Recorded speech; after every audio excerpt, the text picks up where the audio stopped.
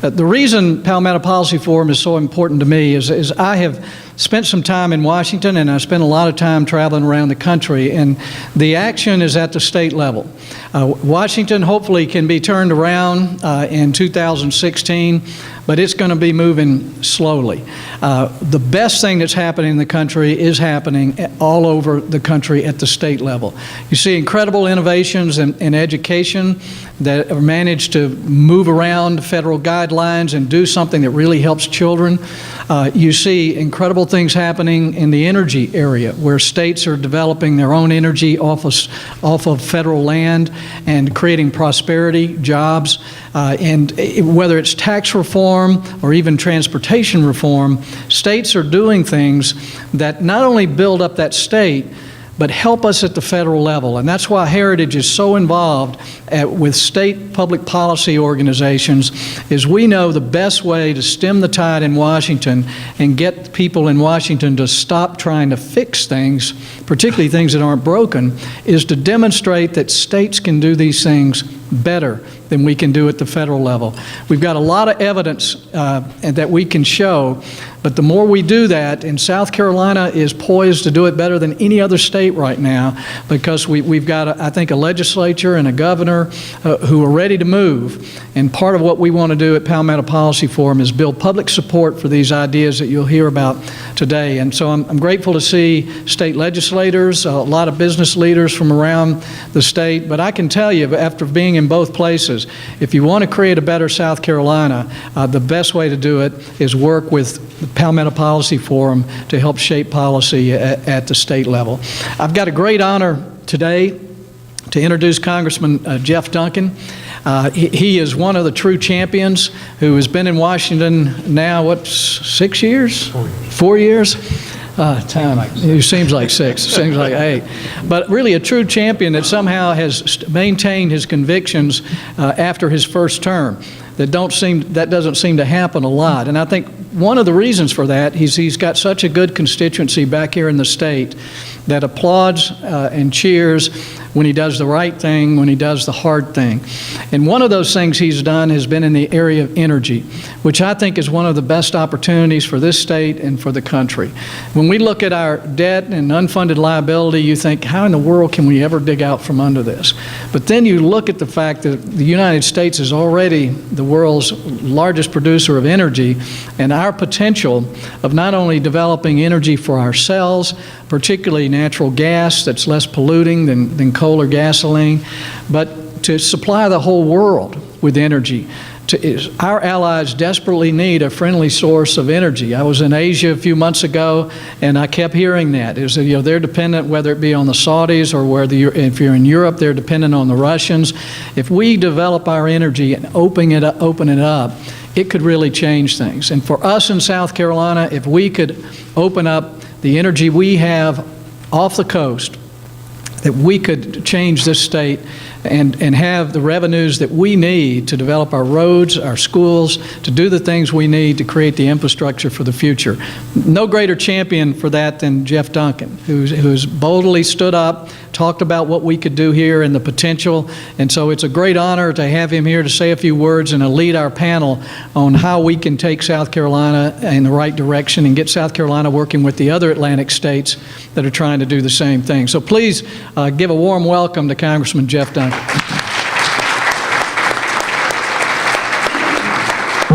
Thank you, Jim, and thanks, Ellen, for having me today. It's great to be in South Carolina, headed up to Washington a little bit later on this afternoon. Right after the election, I traveled with a congressional delegation on the Foreign Affairs Committee. Chairman Royce asked me to go down to South America. We started in Mexico and down to Peru and then Colombia.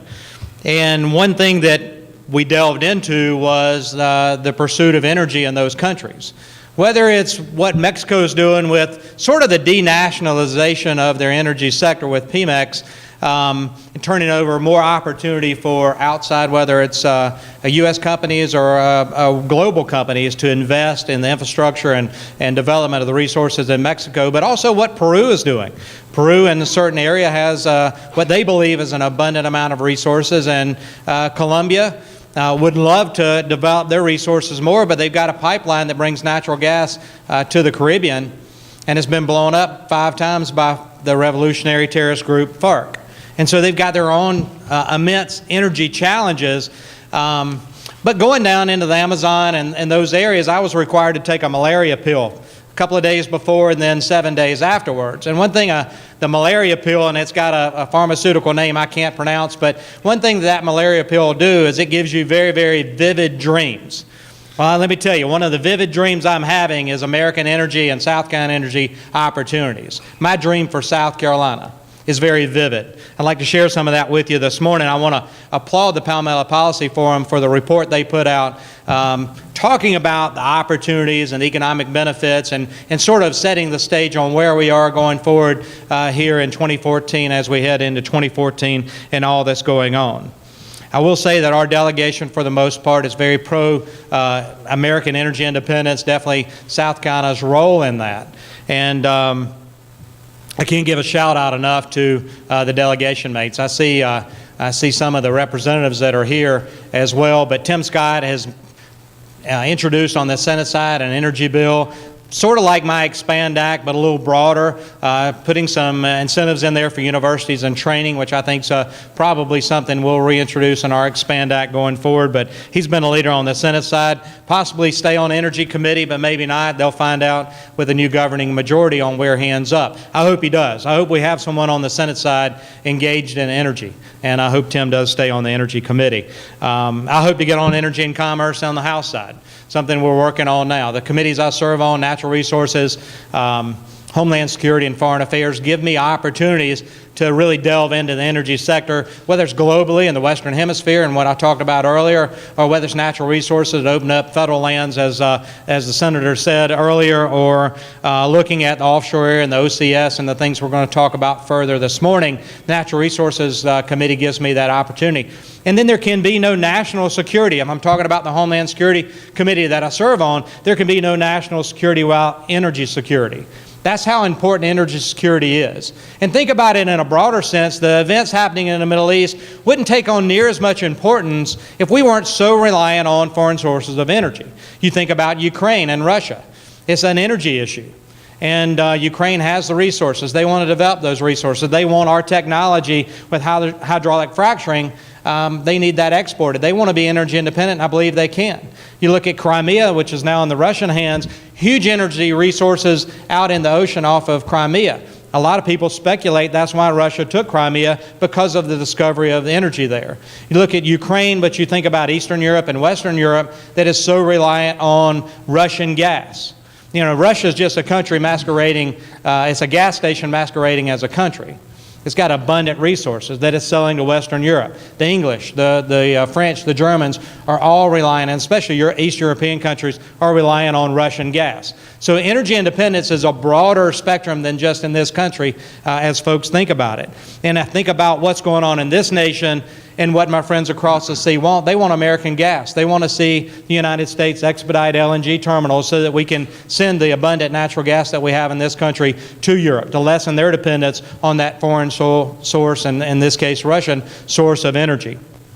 There's opportunity. This is an energy opportunity forum, but there is opportunity in this country. And I think we should open up more federal lands. I think we should expand, really an all the above energy approach that I take, expand nuclear power production in this country. I'm proud of what SCANA's doing in Jenkinsville here in South Carolina, but just right across the river, right across from my district in Augusta, Georgia, there's a brand new Southern Power reactor going in. The first 2 reactors that have been permitted in this country in well over a decade. If you think about the permitting process for nuclear power, we're well beyond it taking a decade or more and billions upon tens of billions of dollars to permit a nuclear reactor. It's something we ought to talk about as we talk about an energy mix. One thing I talked about on the campaign trail, and I've talked about since I've been in Congress, is jobs, energy, and our founding fathers. Now, what does that mean? Jobs. What can I do in Congress to unleash and unbridle that innovative and entrepreneurial spirit that helps Americans create jobs, with understanding that government does create jobs, but government creates government jobs. Americans create American jobs. Those are the jobs that we're talking about. We can't do that any better than they're doing in the energy sector. So jobs in energy. Energy is a segue to job creation, and if you look at the energy-producing states of North Dakota, Oklahoma, Texas, and Louisiana, very, very low unemployment, if not negative unemployment. In North Dakota, they're paying a finder's fee for people that are working at McDonald's. And so if you think about very low unemployment rates in energy-producing states, you see how that's a segue to job creation. I want to see South Carolina be a part of that. I want to see that energy sector happen here in the state. I want to see South Carolina and the OCS, whether it's Mid or South Atlantic, be involved in the energy production, because I believe those are South Carolina jobs, and there's good paying jobs. And when we talk about jobs in the energy sector, and especially oil and gas, and we'll shift toward oil and gas, when we think about those jobs, the first vision that you probably have is the guy in the hard hat with an oily uniform on, out on the oil derrick with a big chain turning the drill on the derrick. Those are the first images you may project. But let me tell you about the jobs that I'm talking about. Yeah, those are great jobs, good paying jobs. Those guys work 12, 14 days at a time, then come home to their families for a couple of weeks and go back out. They have to be transported. They have to eat while they're out there. It's warm out on the ocean near the Gulf Stream or in the Gulf of Mexico, and they have heat and air that sometimes goes down, or the food service equipment sometimes needs repair and needs to be replaced, and somebody on shore has to go out there and do that. Somebody's got to take the drilling mud and the diesel fuel to run the generators, and all the other widgets and pipe casing and everything that they're using out on the platform doesn't arrive miraculously. It's got to be taken out there. So you have supply vessels and people that are doing that. They're creating those widgets that are being taken out there to support that offshore industry. That's happening onshore. Those guys they're welding and they're pipe fitting and they're creating those widgets, and guess what? They're dropping pipes on their auto bodies, and so they're having to take those trucks down to the auto body repair shop, or they're blowing an engine, or they have to have it serviced, and they have to eat, so they're going to local restaurants and they're tipping the waitresses. And they've got other vendors coming in to sell them that are staying at their local hotels and eating at the local restaurants and tipping waitresses. And those companies are very active in the community, so they're joining the United Way and the Chamber of Commerce, and they're going to church and they're tithing. And what you're seeing is all the dominoes that are falling. If we do allow offshore energy to happen in South Carolina, the onshore industry that's created, and all the dominoes that fall as those people are active in the community and provide jobs for South Carolinians. That's important. That's where the economic benefit is hard to measure, but the economic benefit is definitely seen. And I'll give you an example. If you fly down to Lafayette, Louisiana, and you get on Highway 90 or Louisiana Highway 182 that kind of parallels 90, and you drive from Lafayette toward New Iberia, and you're going down toward Houma and Thibodaux, and even going down to Port Fourchon, on both sides of that four-lane highway, at least from Lafayette to New Iberia and on, you see business after business after business that's doing something in the oil and gas industry. Whether they're a service company, whether they're making those widgets, they're doing something related to offshore industries. Those are the jobs that we could have in South Carolina. And my vision that I talked about earlier, the very vivid vision I have is Georgetown, Horry County, McClellanville, all these jobs locating in those counties to support that offshore industry. And I believe we have a great port in the Port of Charleston and the Port of Georgetown, two great ports really that could be ports that could service the offshore industry. The supply vessels, taking all the rigs out there. It's just such a tremendous economic boom. If we talk about where we are as a nation, if you think about the offshore area in the Atlantic coast, it's been off the table for probably as long as I can remember. George Bush actually opened up all the OCS, or the Outer Continental Shelf areas, before the end of his presidency. But Barack Obama came in and closed it all once again. What we need is to open up that area. We need to, first off, find out what resources might be in the South Atlantic and the Mid-Atlantic. And Dr. Knapp, and it pains me to say this about somebody at the University of South Carolina, being a Clemson guy, but University of South Carolina and Dr. Knapp are doing tremendous work with regard to seismic, training the new minds, the students that they have, to go out there and actually understand the new 21st century seismic technology. If you think about, yeah, we do have seismic graphs of the Atlantic, or parts of the Atlantic. They're 30 or 35 years old. We're talking about 21st century technology being used today, and that's 3D and 4D technology that can actually look down at the earth and spin it around and actually see where those salt domes are and see what resources might be recoverable and eliminate a lot of steps of exploration and actually start going that. He's doing that at the University of South Carolina. I went down and witnessed what they're doing and how they're thinking about not today and not yesterday, but tomorrow and years in the future, because we really believe this is a reality that could happen. And so we want to allow seismic to happen off the coast. And those are using the air guns to actually send sound waves down in the earth. And there's a big pushback from the environmentalist community about the potential damage to mammals. Well, there's not a single episode that I'm aware of in my studies, and asking Sally Jewell, the Director and Secretary of the Department of Interior, if she knew of any where a marine mammal was killed or damaged based on seismic work. She couldn't identify one. I can't identify one. We've been doing seismic work all around the globe, the Gulf of Mexico, but off the coast of Nova Scotia and the Atlantic, the same migratory patterns for right whales and other marine mammals off the coast, the Atlantic coast, off the coast of Africa, off the coast of Indonesia, off the coast of Crimea. They've been doing seismic work trying to determine what resources might be available. We need to do that here off the coast of South Carolina and really off the coast of all the Atlantic states, to find out what might be there. And so luckily the ball has moved forward. They are going to allow seismic work, we believe, this spring, and that is a step in the right direction. Let's put his new minds to work looking at that seismic graph and find out what might be there. And I think we're going to be surprised. People say, well, 30 years ago they didn't find any resources that might be recoverable. Well, 30 years ago they didn't think the Gulf was going to produce any more oil. They thought we were at peak oil and it was going to decline. It's actually increased. They're finding more and more and able to recover more and more with new technology. And so I want to see what's out there. That's a step in the right direction. I'm sure he'll talk more about that going forward. But let's allow the seismic to happen and find out what might be out there. And once we do, then we'll start hopefully getting that area. It's kind of where we are right now in the next 5-year plan. See, the federal government determines lease sales, what areas on the OCS they're going to allow for lease sales for the next 5-year period to happen. What grid squares are they going to allow to be in an auction? And under the Bush administration, under old MMS, Mineral and Mining Services, I served on the Outer Continental Shelf 5-year planning subcommittee, which actually one of those government bureaucracy subcommittees that looked at what areas we ought to advise the OCS committee on allowing to be in the next 5-year plan. That's sort of where we are as a government right now. What is going to be in the next 5-year plan? Is it going to be the South Atlantic, the Mid-Atlantic? Is that going to be closed? We're going to push hard to allow those areas to be in the next 5-year plan, because that gives some assurances to the energy companies, whether it's the seismic companies or whether it's the exploration companies. It gives them some incentive to say, we need to go do the seismic, we need to make that investment, we need to see what areas that we might have the opportunity to explore. And that's sort of where we are today. What does that mean for South Carolina? We talked about jobs. But those jobs, the companies and the individuals, they pay taxes. That's revenue back to South Carolina in the form of tax revenue. So you should see an increase in the General Assembly with tax revenue. But then if we do our job right, there will be revenue sharing coming back to the state of South Carolina, hopefully around 37.5%. If you look at the revenue sharing for the nation, you're going to see a lot of different formulas. Wyoming, for instance, they got $1 billion last year in revenue sharing for energy produced within the state of Wyoming.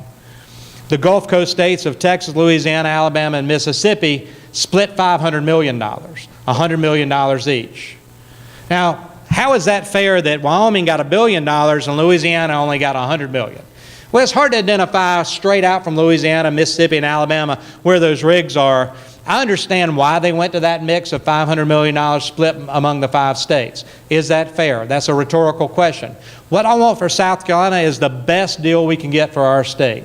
37.5% is what's bannered around right now. 37.5% revenue sharing back to South Carolina is a large sum of money based on the estimates of what we think we'll find.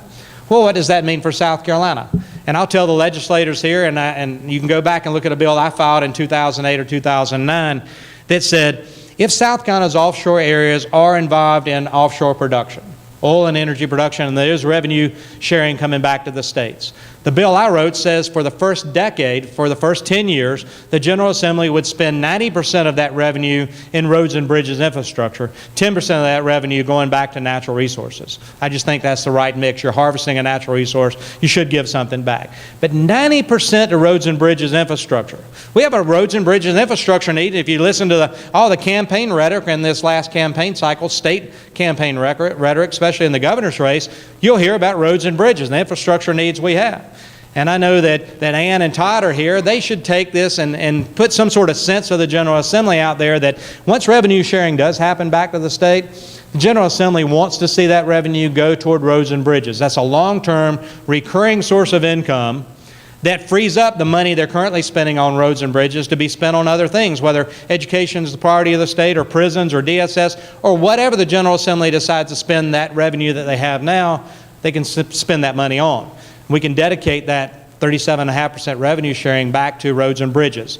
It frees up a lot of opportunities for the state to address their roads and bridges infrastructure needs. That's just an idea I have, I throw out there. I've talked to a lot of legislators about, and I think it's a win-win. It's a win for the state with jobs. It's a win for the state to play a part in energy production as a nation, meet our national security needs in the dependence on foreign sources of energy, put South Carolinians to work, increase revenues to the state. It's a win-win-win all the way around, and I applaud the Palmetto Policy Fourm for actually acknowledging that and seeing that, seizing upon that opportunity to bring groups of leaders like yourselves together to start focusing on this opportunity that we have in the energy sector. I know I'm going to do my part. If you haven't noticed, I'm very passionate about energy independence. Something I believe in. I believe the nation cures a lot of ills with this. But at the end of the day, it puts Americans to work, and it lessens the price that my family and other families around the state pay for gasoline. Because right now you see a decrease in gasoline prices, guess what? That means moms and dads have more money in their pocket to spend on other things, whether it's Christmas or whether it's going out to eat and spending money in the local economy. Every 50-cent reduction in a price of gasoline for a 20-gallon normal fill-up is $10 savings for mom and dad. That's real money. $10. How many times do you fill up in a week? Think about it. Do the math. You know, my family probably fills up 3 times a week. That's $30. That means we can go to Dempsey's Pizza in Clinton. We can spend money back in the economy for a family of 5. Well, 4. One's in college. But that's real money. That's real money, and that trickles down. So thanks for giving me the opportunity not only to speak to you today, but also to pursue these things in Washington. Because being a part of this delegation and being the energy leader is something that is easy for me and something I'm very interested in and want to continue to be a leader on. So with that, I think I'm going to moderate 2 great gentlemen here as we talk further about energy. So thank you so much.